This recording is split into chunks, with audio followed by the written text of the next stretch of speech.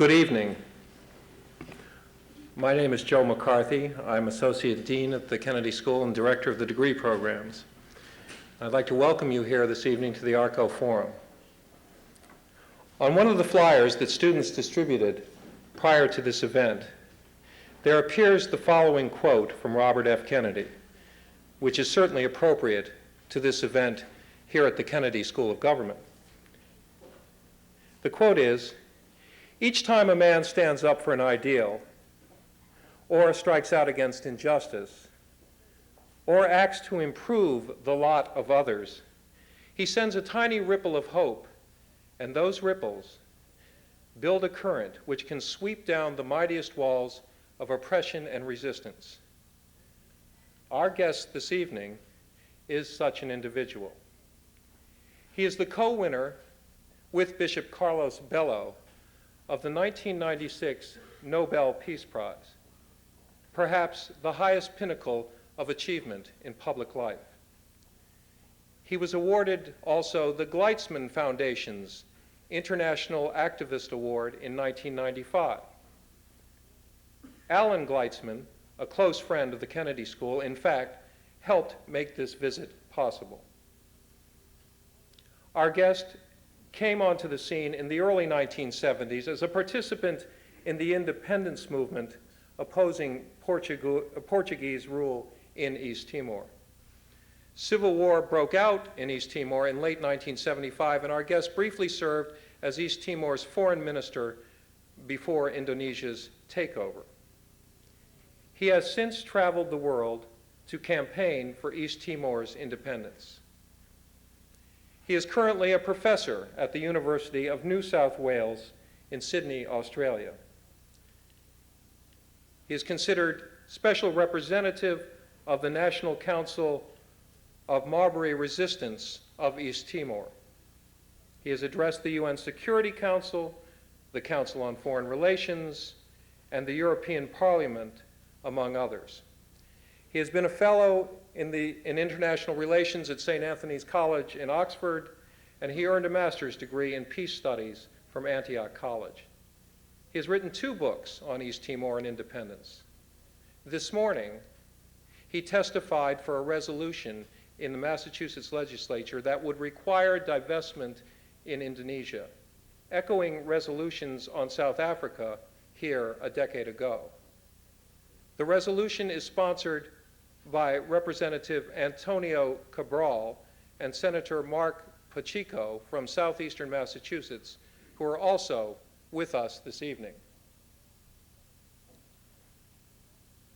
So let me conclude my remarks by noting that the Nobel Prize was awarded last year, quote, "to honor sustained and self-sacrificing contributions for a small but oppressed people," end quote. Our guest, in particular, was cited for his significant contribution through the reconciliation talks and by working out a peace plan for the region. Ladies and gentlemen, it is a great honor for me to present to you Jose Ramos Horta.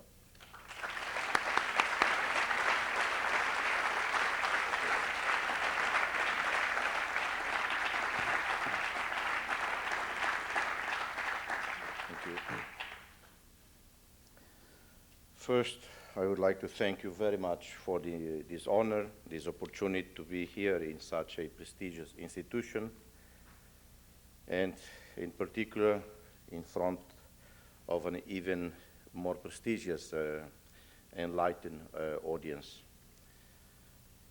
The Nobel Committee decision in October last year to award Bishop Bello, the head of Catholic Church of East Timor, was a worthy decision. Bishop Bello follows in the tradition of the Catholic Church of East Timor, of his predecessor, Don Martinho da Costa Lopes, for the courage, the integrity, the dignity that they always knew how to interpret as values of the people of East Timor for centuries. When, during World War II, the Japanese Imperial Army invaded East Timor, it was, and the international community abandoned East Timor, it was a Catholic Church that was there. And then after the war, following the devastation of East Timor, it was again the Catholic Church that built schools, health clinics for the East Timorese.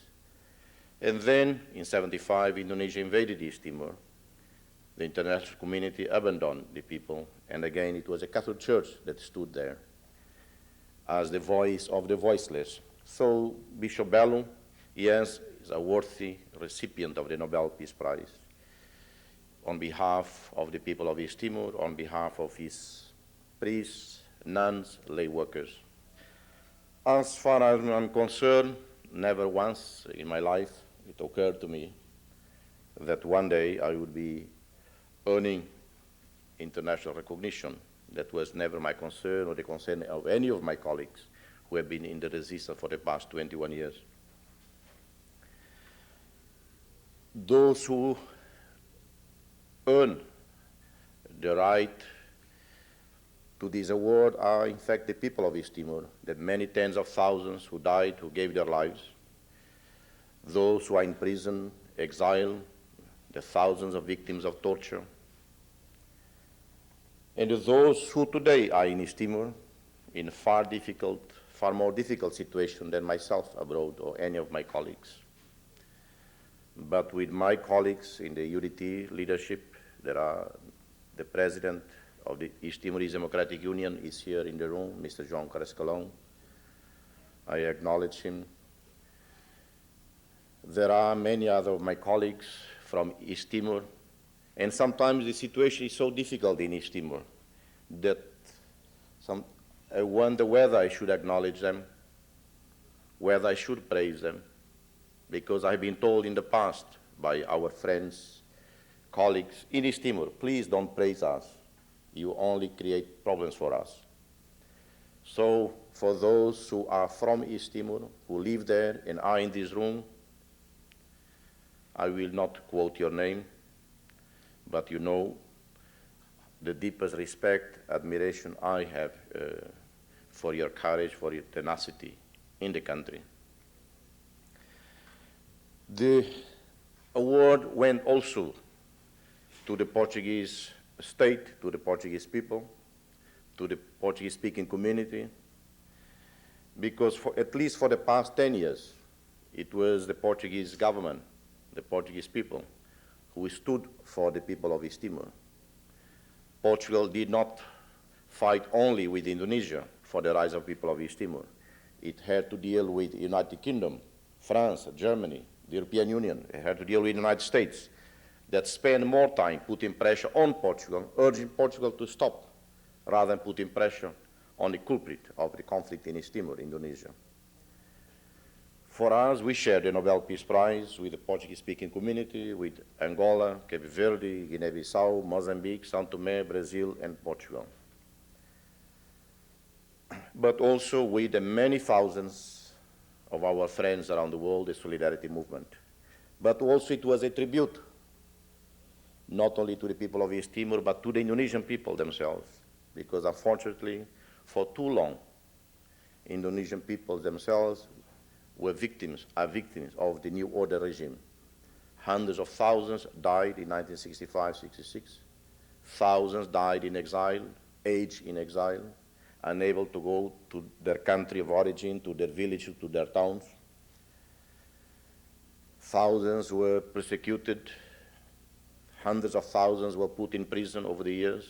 And today, some of the best children of Indonesia are hunted like wild animals, like criminals. One of the greatest living writers in the world today, Pramoedya Anantatur, 1 million copies of his book sold abroad, not one sold in Indonesia. They are banned. Mukhtar Pakpahan, the Lech Walesa of Indonesia, is in jail for the second or third time. The young leaders of PRD, the people who in the past fought alongside Sukarno, Suharto for the independence of Indonesia, today are viewed as criminals. George Arijondo, who is in this room, symbolized one of the many academics today who stand for truth, for justice in East Timor.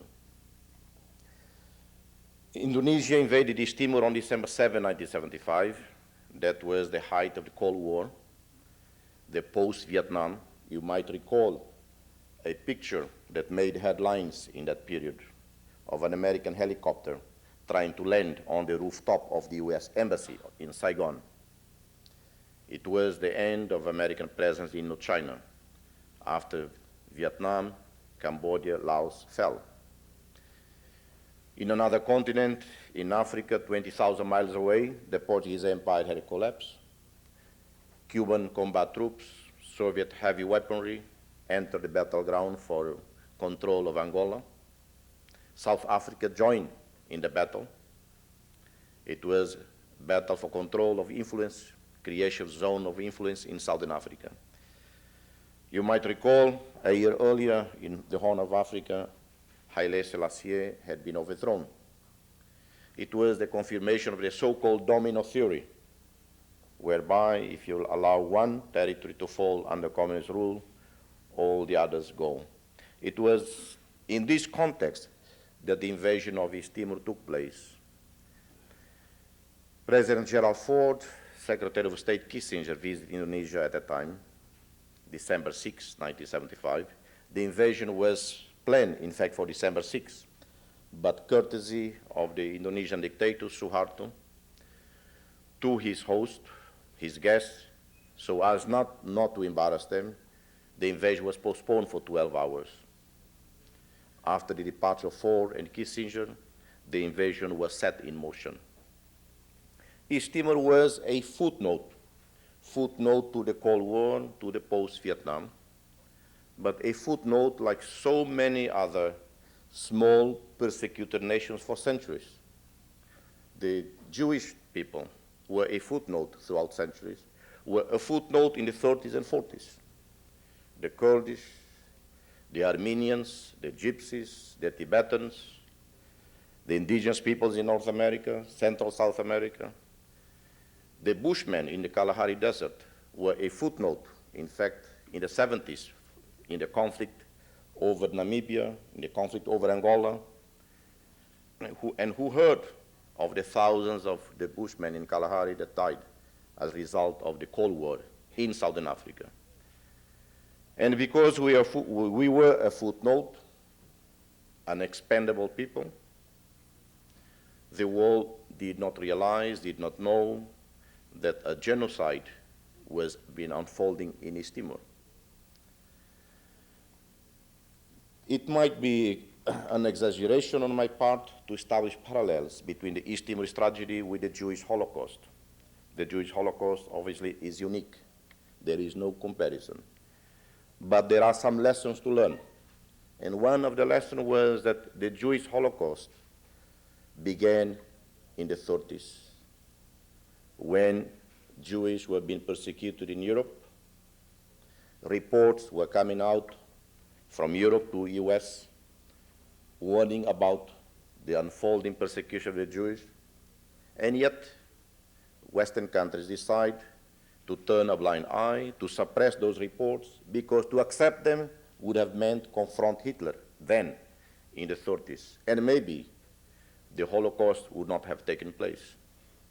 That is what is known today, pragmatism, or appeasement. Pragmatism dictated the behavior of the United States, Great Britain, everyone else in their relation with Nazi Germany. The thousands and thousands of Jewish refugees who sought asylum were turned back.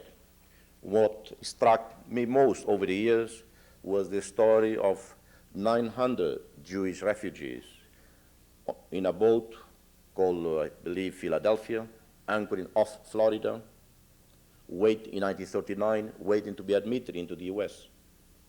The same time as a conference called Moral Rearmament was being held in Washington, D.C. A few days later, the 900 Jewish refugees were told they could not land in the US. They were turned back to Germany. Hundreds were killed, found their death in Hitler camps.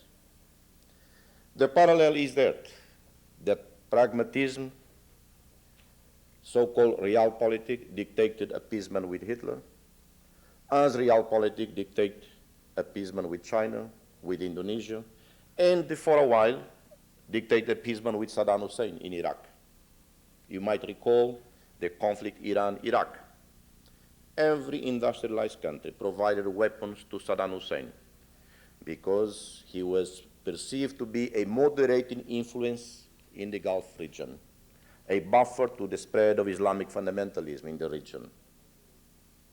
Even when Kurdish Iranians were being gassed, shown on television, cover of Newsweek and Time magazine, the world still thought that Saddam Hussein was a moderating influence in the Gulf region.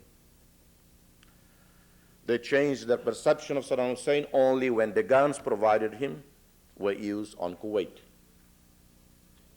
Then, yes, the world declared Saddam Hussein an enemy.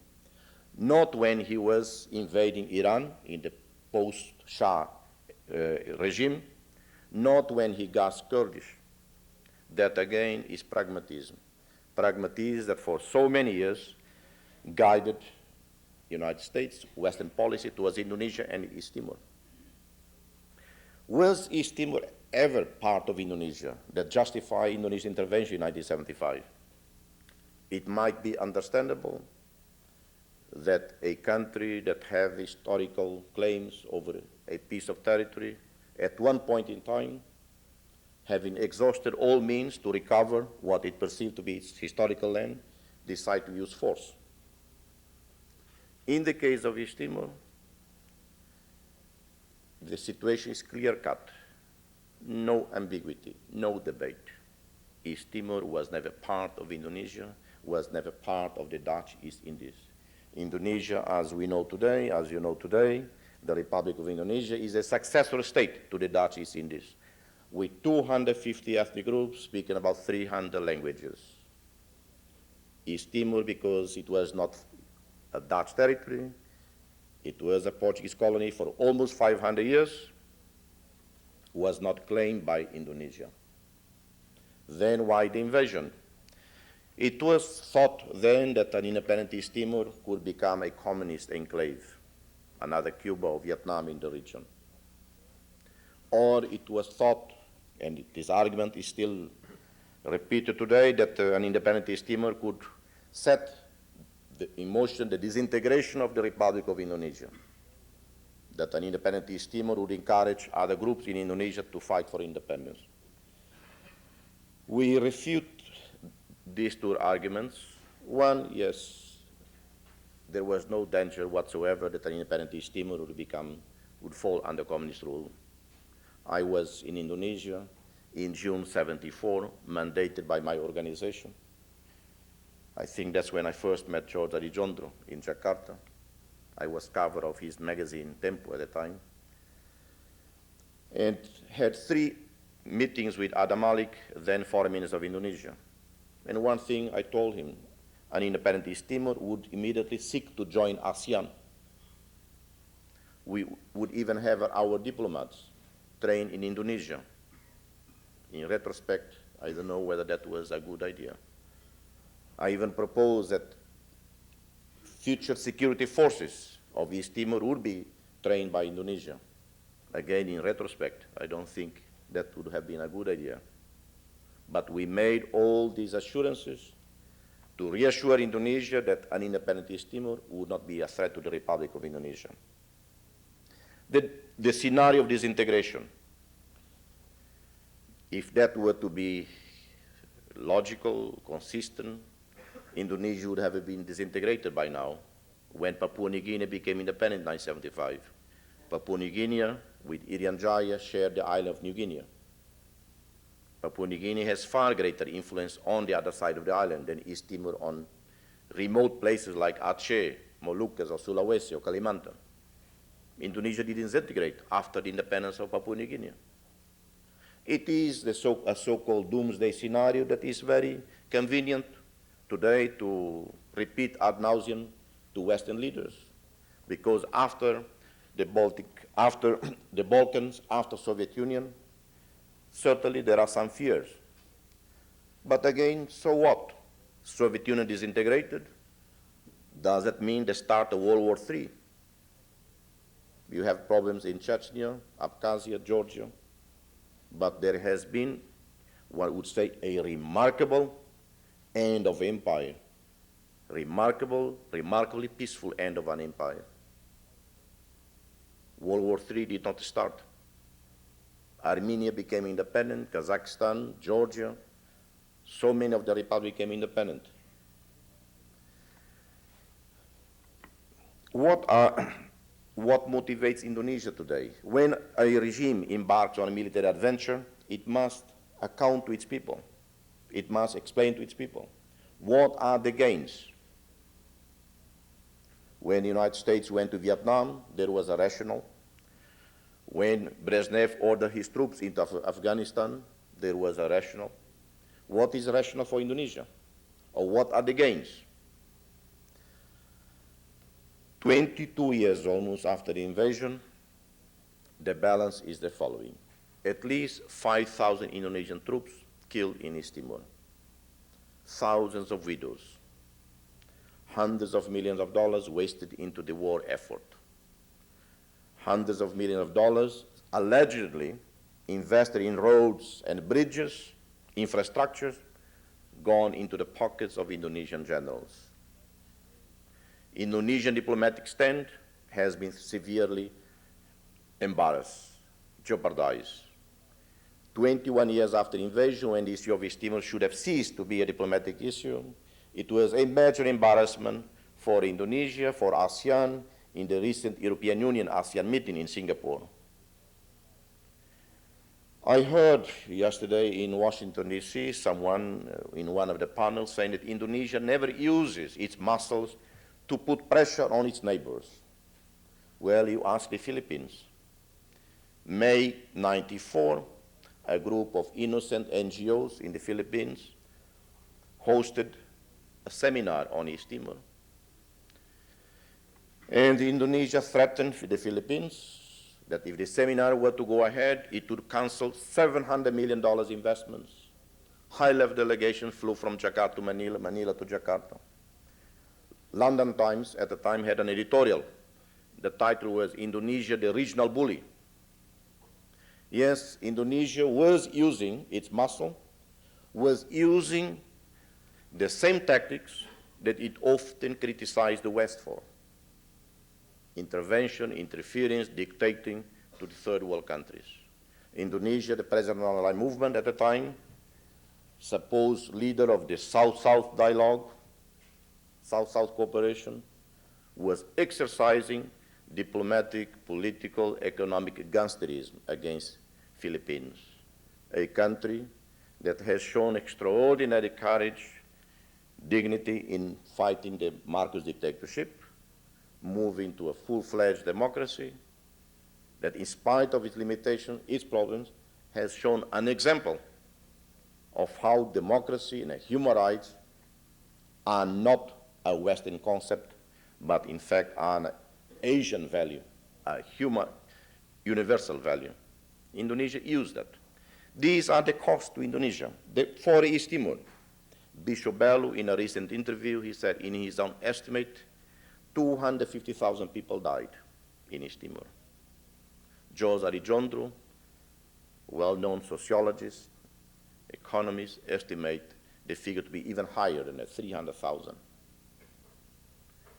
We hear a lot about developing assistance, money poured into East Timor, but no one ever mentioned about the tens of millions of dollars looted from East Timor. What happened to the sandalwood? East Timor has the only native sandalwood in the world. For centuries it was there. Now it's almost depleted. Marble, looted by Suharto family. Coffee, looted by some generals. Now the oil. And we are told that East Timor is too poor, too small to be viable. Phillips Petroleum, Chevron, BHP, Woodside Burma Oil, half a dozen oil companies now drilling offshore in East Timor for gas, for oil, and so on. What is there for Indonesia to gain? Absolutely nothing. We propose that today we must address the current situation on the ground, that Indonesia seriously disengage from East Timor, recognize that no amount of force will ever be enough to subjugate the people of East Timor. The people of East Timor survived 5 American presidents, survived Gerald Ford, Jimmy Carter, Reagan, Bush, and surviving Clinton. They survived Margaret Thatcher and John Major, survived Giscard d'Estaing, François Mitterrand, Jacques Chirac, survived Gough Whitlam, Paul Keating, Bob Hawke, John Howard, the Australian leaders. And I mention this because every country in the world provided weapons to the Indonesian side. Cluster bombs, chemical weapons, napalm were used in East Timor. And yet the resistance today is far stronger than ever. The next 2 to 3 years will witness Indonesia in transition. It is the inevitability of the aging process of the ruler, Suharto, and of the regime itself. I would not dispute certain statistics that suggest there has been great economic achievements in Indonesia. Economic growth, maybe reduction in illiteracy, poverty, and so on. But in the life of a country, there is also a fundamental dimension, and that is civil and political rights, human rights, dignity of the people. And that has been completely missing. And that's why we witness today mutinies, uprisings, violence in Kalimantan, in Java, in Sumatra, West Papua. Hundreds and hundreds of people are being killed in these regions of Indonesia because of social inequality, because of the repression. People are angry. They can no longer continue to resign to the brute force of the army. What are the strategic gains, interests of the United States? We understand that the United States is not a philanthropic institution. We understand that it must live, coexist with countries around the world. We understand as legitimate its economic interests. We understand also that even if it wished to enforce changes, drastic changes in East Timor or on the behavior in its army, it is constrained. But the United States could pursue a more positive neutrality in the East Timor conflict. Instead of supporting Indonesia blindly, it could first work seriously with the United Nations, with the Secretary General of the UN, Mr. Kofi Annan, who had just appointed a personal representative to deal with the problem of East Timor. It could appoint a special representative for East Timor, the US administration. It could set up an office in Dili, East Timor, of the US Information Agency. It could support the request by the UN to have a human rights monitoring office in Dili. And we are encouraged by a letter from President Clinton to 15 US senators who wrote to him recently, urging the US to support a referendum in East Timor. His response was that it was an interesting proposal that should be looked at. Yes, that is the bottom line. We are told time and again that people like myself, like Mr. João Carlos Calão and other leaders of the resistance, we represent nothing. That may be true. I would not argue that. The only reply on our part is that let's go to a popular verdict. Let's go to a referendum. Let the people of East Timor decide their fate, their future, under a UN-supervised referendum. And that is what we are asking the US to support. We are asking the United States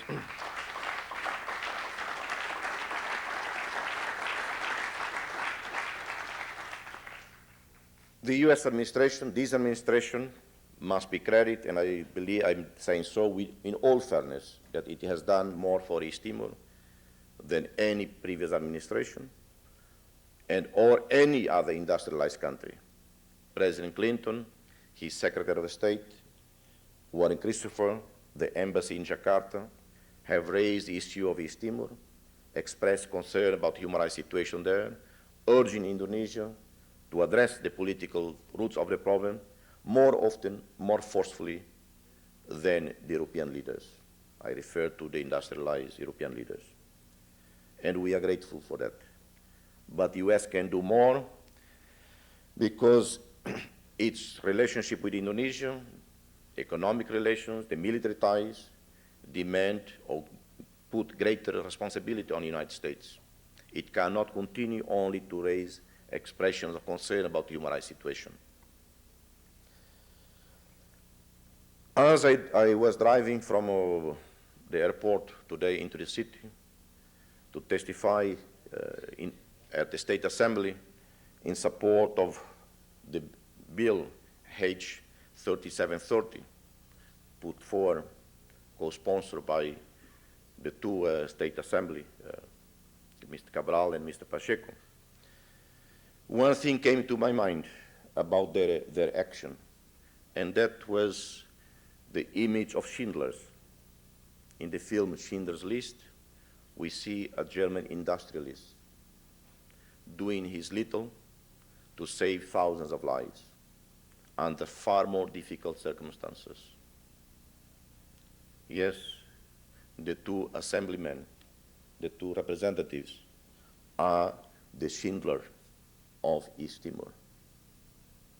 This state has done an extraordinary work a few years ago in the 80s in support of the struggle against apartheid, bringing about the end of apartheid. In September last year, I was in South Africa and met with President Mandela. It was an unthinkable meeting 5 years ago. Who thought possible that that jailman in Robben Island would be head of state of a new South Africa? Thanks in large part to your efforts. In the case of East Timor, it is not required military intervention as it happened in the Gulf or other situations. The draft that has been put by the Assembly is the moral equivalent of the US intervention in the Gulf or in other parts of the world without weapons. Lives can be spared, can be saved in East Timor. Democracy can be accelerated in Indonesia if this bill is adopted. It would send a clear signal to the regime, and we thank you deeply for that. Last but not least, we were told many, many times in the past that we must be realistic, we must be pragmatic and accept the fait accompli of occupation. The same were told to the Baltic people.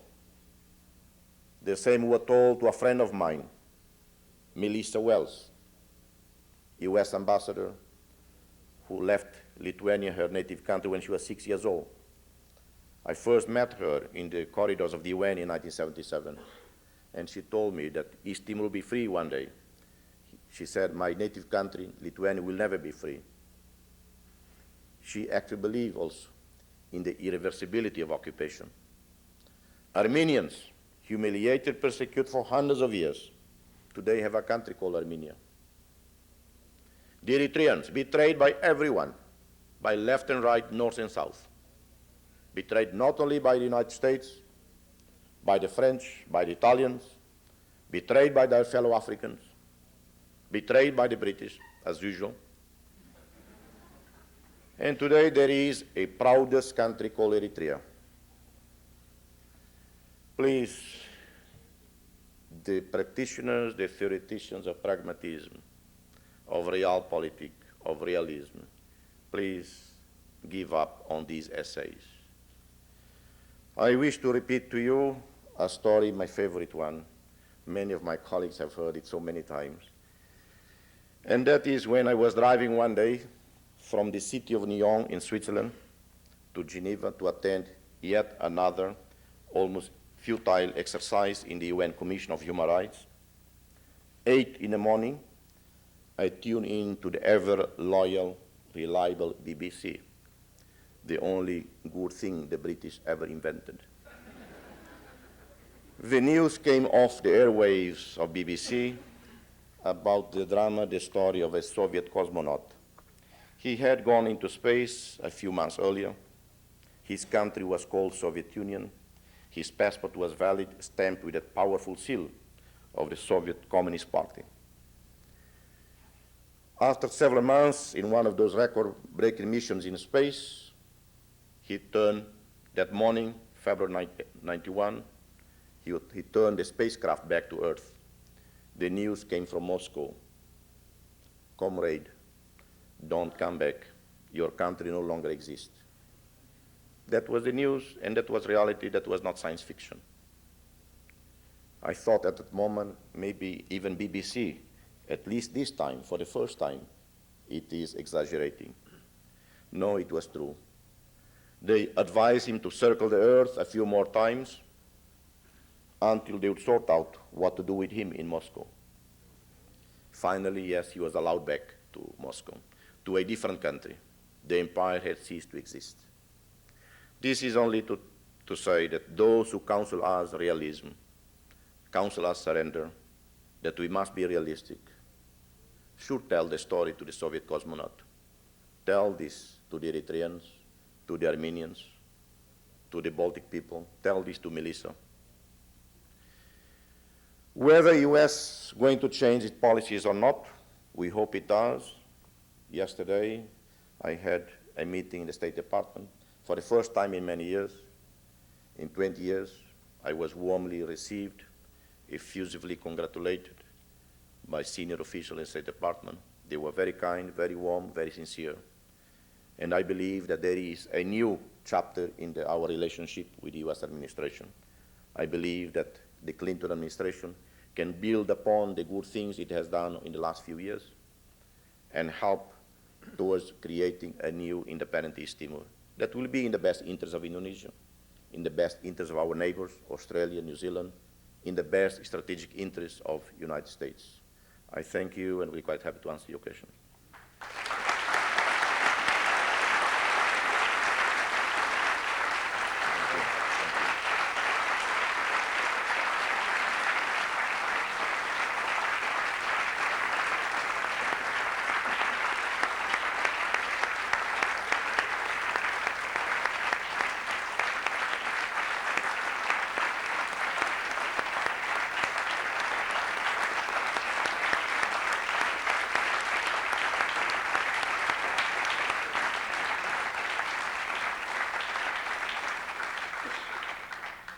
Thank you very much. Before all the British subjects rush to the microphones, I think I should remark that I first learned of East Timor about 20 years ago when I was living in the Netherlands, and I heard mostly about East Timor through the BBC, which I was able to pick up in living in The Hague.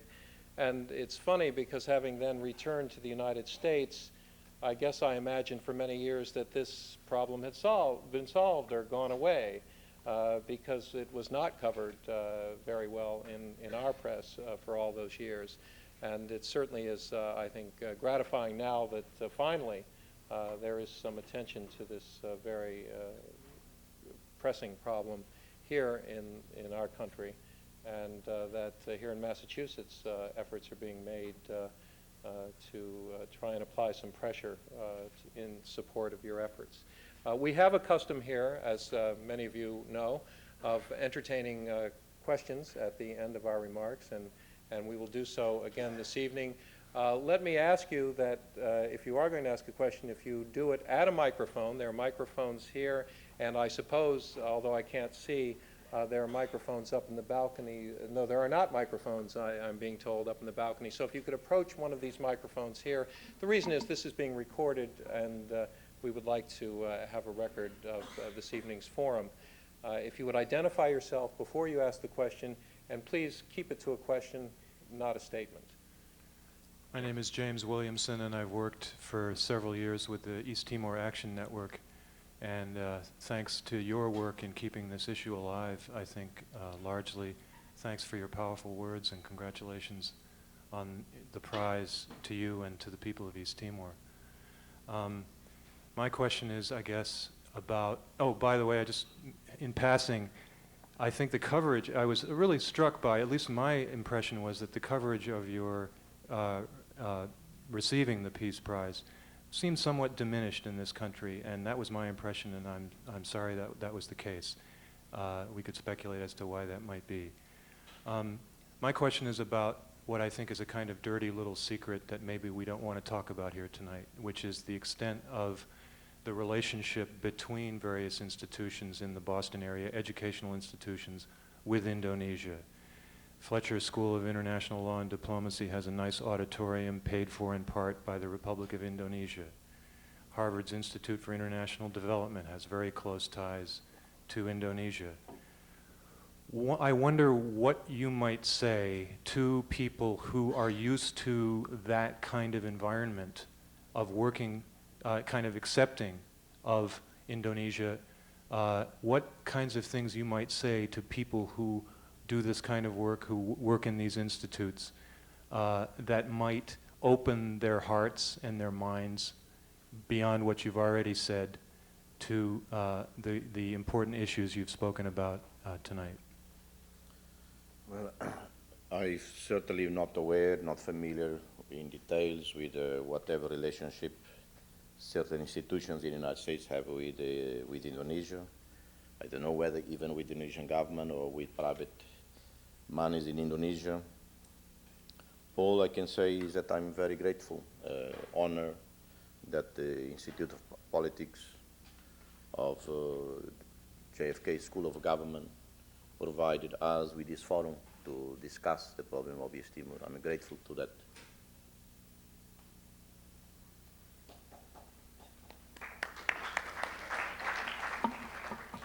Alan Benjamin, could you explain if there have been any changes in policy regarding Australia and New Zealand in the last few years? Thank you.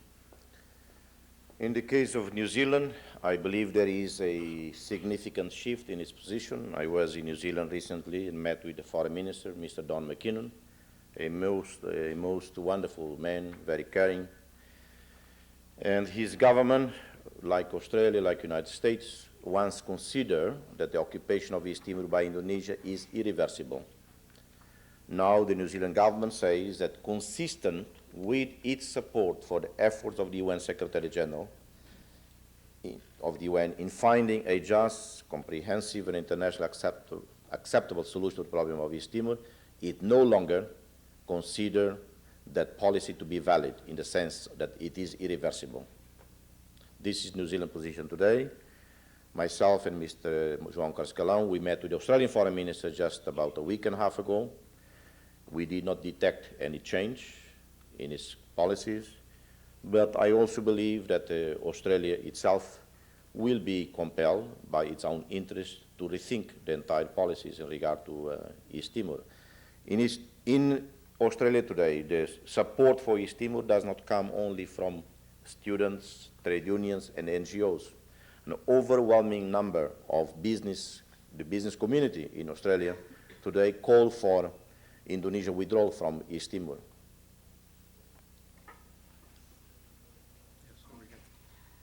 My name is Amijaya.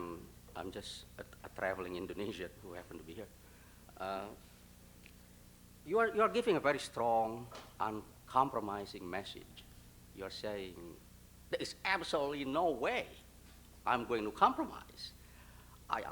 It has been 21 years you have been fighting, and I would be willing to spend 2,000 years to keep fighting. Are you giving that message to this audience? Or are you giving that message to the Indonesian government or to the Indonesian armed forces? Is this just a strategy? I don't know. I happened to talk today, accidentally. I met 5 East Timorese who completely disagree with your points. I don't work for the Indonesian government, by the way. One of them, several of them were in prison. Several of them were tortured. They disagree with you. They said to me, I mean, why would they say to me? I mean, I never met them before. They never saw me before. They could produce a document written in Portuguese asking the Indonesian government, a petition with this government for integration. This East Timorese was saying there are Timorese who want to integration with Indonesia. And they are also saying these 200,000 figures. reframe this as a question? The question is, who are you giving the message to? I mean, any solution to this type of problem require a mutually acceptable kind of suggestion. Even in the Indonesian government itself is beginning to be moving toward, say, giving East Timor what they call a special autonomy to that province. So do you have any mutual, any other position than this uncompromising position? I think we have it. Good. The other one Thanks very is much. Well, are let's you, save I'm the challenging you to talk to the East Timorese that I met this afternoon. They just have very different points than you. There's two sides to any story, you know. Thanks very much. I thank you. I did not say we intend to fight for another 2,000 years. I think you got it wrong. I said the next 2 to 3 years, Indonesia is going to change. That's a bit leap from 2 to 3 years to 2,000 years. I said I don't believe that Suharto regime, Suharto himself, no matter how he desired to live eternally, that's not going to happen. It is as simple as that.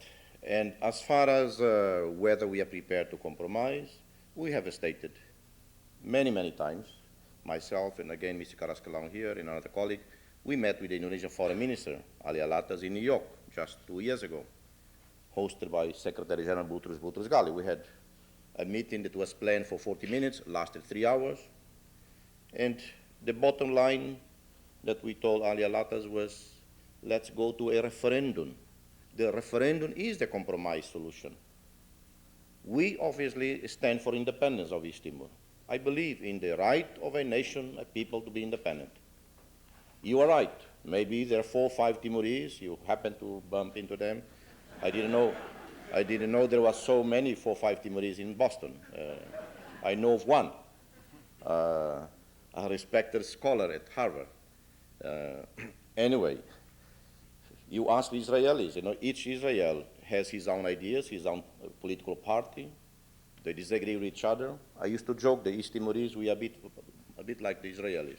We disagree with each other all the time. But there is one thing, this profound identity of East Timorese, like this profound identity of the Israeli, the Jewish, or you can mention any other name, Palestinian, Tibetans, and so on. That is what Indonesia failed to understand. The soul, the mind of the East Timorese.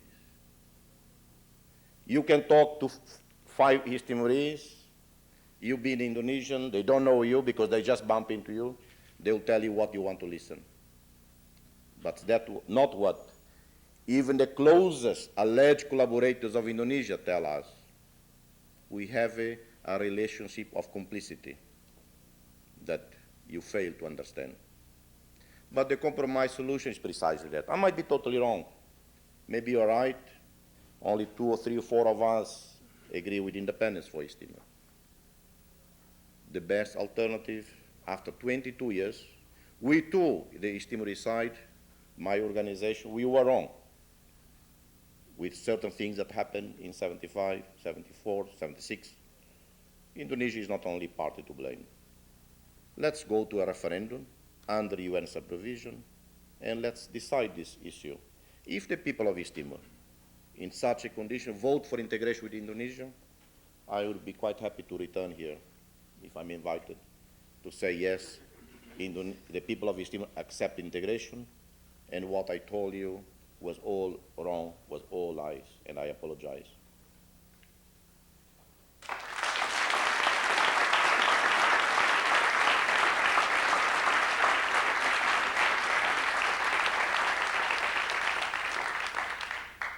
We've heard a couple of times tonight that the East Timor question apparently isn't the kind of news that's fit to print in the United States. So I'm kind of curious of what kind, I mean, you know, especially since your Nobel Peace Prize, and congratulations, by the way, and say hi to Bishop Bello for me. And since then in particular, but even before, what kind of support are you feeling now from other countries? And again, in particular, Australia, since I think maybe there the news was a bit more fit to print, but then again, they have a very strong economic interest in keeping East Timor in Indonesians' hands with the, the Timor Gap oil treaty and whatnot. So I really, I read the papers if I see them laying on the tea or something, but I just don't know what's going on, and I was hoping you maybe can illuminate me and perhaps other people here about what the world is saying about all of this. I only can say that I have this optimistic sentiment that U.S. policies will change because of the U.S. own strategic interests. I have the conviction that Australia, New Zealand, the European Union is going to change because of the reality of the situation on the ground in East Timor, the reality of the situation in Indonesia. It is in their own strategic interest to start shifting, and that's going to happen in the next 2-3 years. Yes, my question is not specifically about East Timor, but it's about another colonial conflict of our times. My name is Leandro Popic. I'm a citizen of the Republic of Argentina. And as you know, we have a sovereignty conflict with Britain over the Malvinas Islands, which most of you know as the Falklands. I wonder what stand you have with respect to the conflict, the sovereignty conflict that Argentina and Britain have, if you do have a stand on this. And more generally, I'm looking for a general criteria to establish in which cases to decide in one way and in which cases to decide in the direction of the other party. Because I would like to think about this issue, and I'm sure other people might be interested in other colonial conflicts. I happen to follow closely the events in Malvinas in 1982 when Galtieri ordered the troops to recover Malvinas. And I was impressed by the way the British permanent representative to the UN spoke about the whole question of self-determination. He was very enthusiastic, very strong about how the 2,000 settlers from England in Malvinas had the right to self-determination. And 2/3 of the British Armada was sent to South Atlantic because of that. And I was perplexed because that principle of self-determination, so much argued by the United Kingdom in the conflict with Argentina, was not so enthusiastically applied by Britain in the case of East Timor. 700,000 East Timorese invaded, occupied by Indonesia, and the United Kingdom is today the #1 supplier of weapons to Indonesia, above the United States and any other country. From what I read, I understand of the question of Malvinas, it's totally different from the question of East Timor. The case of East Timor is a case of decolonization, like Namibia was, Southern Rhodesia. In fact, most of the African continent, with the exception of Ethiopia, were once colonized, were carved up at the Berlin Conference, and they inherit the boundaries from Berlin Conference, as it happened in Latin America and elsewhere. In the case of Malvinas, it was always part and parcel of the administration of the Spaniards in Buenos Aires. From the moment it was taken over 150 years ago, the government in Buenos Aires always registered a note of protest. So never once the Argentinians relinquished claim to sovereignty to Malvinas. It was part and parcel of Argentina. That's, I read documents from all sides. I read British documents, I requested, and I wrote a paper on that, a paper on East Timor, Malvinas, and Goa, to establish the parallels or different similarities between the three issues. And there are distinct historical and legal differences. So in the case of Malvinas, Falklands, as the British call it, based on existing documents, I believe the Argentinian case is very strong in history and international law. Yes. Thank you. My name is Domingos. I'm from East Timor. That was a very nice speech, especially the Soviet astronaut. Only the difference is that he didn't run away. So I have my point of view is that from what you've told, you've kept a very important part of the problem of East Timor, because I feel that the audience here and the people in the United States deserve a more completed version of what happened in East Timor. By that time, in '74, when the Portuguese started the decolonization, I just graduated from the high school, and I know you. Maybe you don't know me. But at that time, I knew that the party that was, they wanted the integration in Indonesia, wanted a referendum. But what happened is that your party, the Fretilin, and the party of Mr. Jong, the UDT, you started a civil war that didn't give the opportunity for the people of East Timor to have a referendum under the Portuguese. The process of decolonization stopped over there because you started the civil war. And now, tonight, I'm hearing you talking about referendum. So I think that this is a very contradictory position that you're having here. Excuse me, I appreciate that you have a different point of view, but can we frame this as a question? Yes. Yes, thanks very much. Yeah, that's my question. So the second one is that when you started the civil war, many of the Timorese people were took into prison by the Fretilin, and one of them was my brother. And until now, after 20 years, I don't know where he is. And he's dead, but I don't know where he is. Maybe you can tell me, so I can find his body and give him a decent burial. And Let's give Mr. Ramos Yeah. an opportunity to respond. Thank you very much. Okay, you're welcome. Indonesia claimed that the majority of the people, the parties in East Timor, invited Indonesia to intervene in East Timor. One of the parties in the conflict you referred to was UDT. It was known, and Indonesia claimed that these were the largest party, in fact, and UDT supported integration. The president of UDT, Mr. João Carrascalão, is here. Maybe you would like, because UDT party was mentioned, would Mr. João Carrascalão confirm or deny that UDT ever supported or requested Indonesian intervention in East Timor? Excuse me, That's that's not my question. My question is that by that time you didn't want referendum, but tonight you're talking about referendum. So I think you've switched the position from non-referendum to referendum. Can you give me an explanation for that? That is not. Maybe because you lost the war and now you feel that you need a referendum. That is not true. Fretilin and UDT all wanted a referendum, and Portugal had planned a referendum for October '76 in East Timor. In the process of decolonization, like it happened anywhere, it happened in New Caledonia during the French rule, and many other places, there are ups and downs. There are disagreements between the parties. Fretilin had disagreements with UDT, UDT with Fretilin, with Apodeti. There were disagreements between the East Timorese leaders with the Portuguese authorities, as it happened in so many other situations.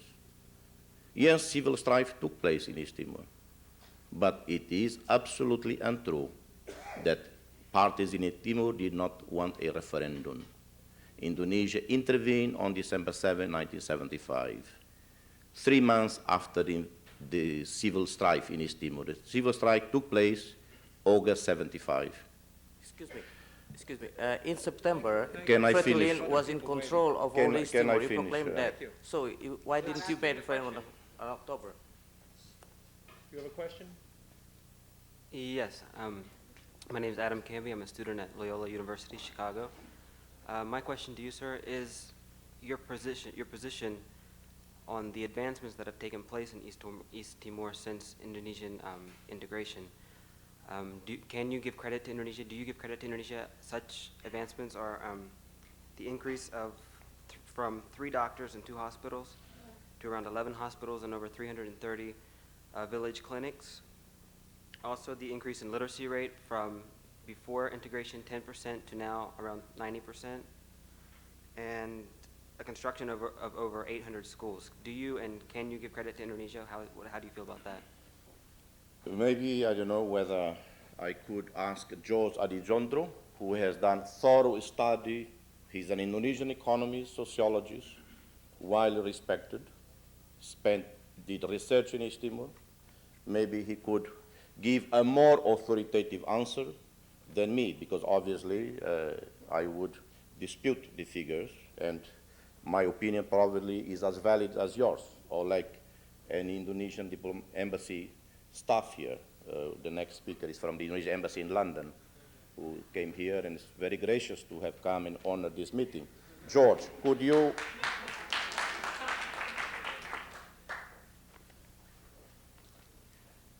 I think what always is missing in the cost-benefit ratio of the Indonesian occupation of East Timor is the one-sidedness. It is always claimed that the Indonesian government has pumped billions of rupiahs into East Timor, and so that compared to the Portuguese colonization of 400 years, the Indonesian colonization has been very gracious. What is missing in this cost-benefit ratio is the cost. What is the life of 200 or say 100,000 to 300,000 Timorese who have died between 75 until 1980? Can those dead bodies be healed, be resurrected by all those clinics built by Indonesia? I think they can't. Also, there are reports, even Indonesian press, that the hospitals, when they were first taken over by the Indonesian occupation troops, the equipment of those hospitals were taken back by the soldiers to Indonesia. There are also reports in the Indonesian press, even in Parliamentaria, the Indonesian National Parliament press, that a lot of Timorese nurses were out of job. Then there are reports in the Indonesian press about the differential between the price of coffee in West Timor and in East Timor. In West Timor, there's a free market. In East Timor, it is controlled by the military. The price of coffee in West Timor is was 3 times the price of coffee in East Timor.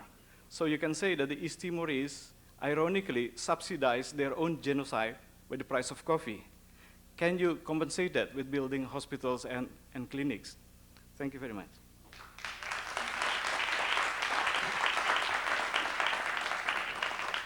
Mr. Ramos Horta is at the end of a very long trip. Can you take one more question, No, please? I am going to take one more question, but I would ask you to please keep it brief and to make it a question. Thank you. Thank you, Ramos Horta. I think we know each other. We've met a couple times. You mentioned that the East Timorese people survived 5 presidents. They also survived John Major, Margaret Thatcher, and all the other international figures. You forget one thing. They survived you. You claim to be for self-determination and referendum. And you know that many people in East Timor would not buy your message. In your long speech on East Timor, you forget to inform your audience one thing. And it's one small little thing, but it's very important. And that is the fact that you unilaterally and forcefully declared East Timor's independence in November 1975. And I underlined the word unilaterally and forcefully. You did this even though you knew that there were different political opinions on the political status, future political status of East Timor. Those who wanted to be part of Indonesia and those who wanted to be independent and those who wanted to be part of an association with Portugal. You declared East Timor's independence even though you knew this had to go through the people of East Timor, not a decision by you and your small gang of Fretilin members. And of course, you knew also that when you declared this, many of your East Timorese fellows rose against you. They opposed this because this was not a decision of referendum, but they were met with violent death. I mean, I think many people, many East Timorese would testify that there were hundreds of people who were shot at random by Fretilin people. Now the question is simple. How can you claim that you are for self-determination referendum when you know that many East Timorese have ignored that, knowing that you did everything in your power to deny these rights to the East Timorese people? And I know you tried to to run away from this question before, and I think they didn't answer to that. I thank Mr. Dino Jalal from the Indonesian Embassy in London for his quite relevant points.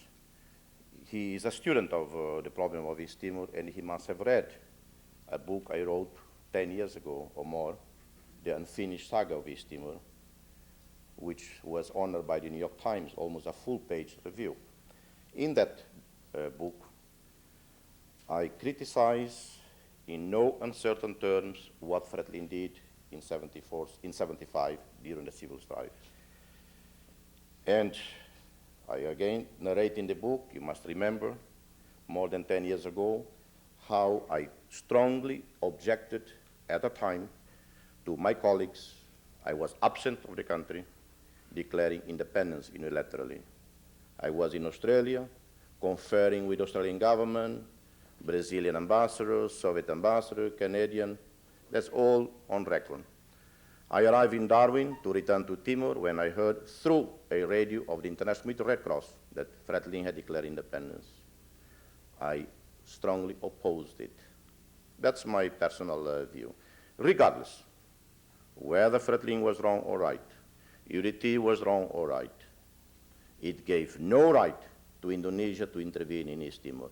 Because if there is a civil conflict in any country, and that gives the right to another to intervene, Somalia would have been invaded many times over.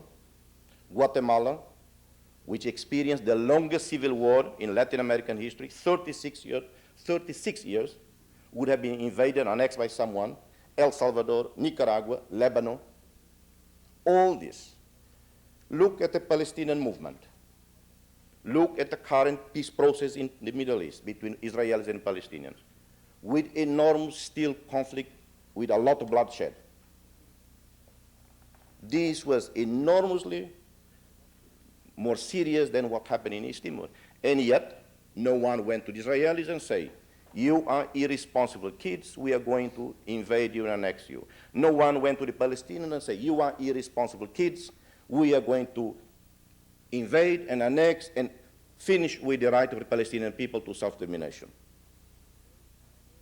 Yes, obviously, the East Timorese resistance, the East Timorese society at the time was fractured by that conflict, which lasted 3 weeks.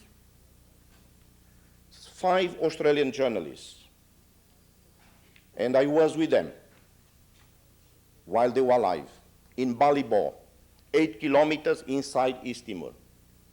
That was October 16, 1975. Indonesia was claiming that the conflict was among the East Timorese. There was no such thing. The journalists there were witnessing that. And they were murdered on October 16, 1975, because they were filming Indonesian intervention inside East Timor, 8 kilometers inside East Timor. It was not the East Timorese fighting each other. It was Indonesian conventional forces that were already inside East Timor long before the actual invasion on December 7, 1975. Thank you.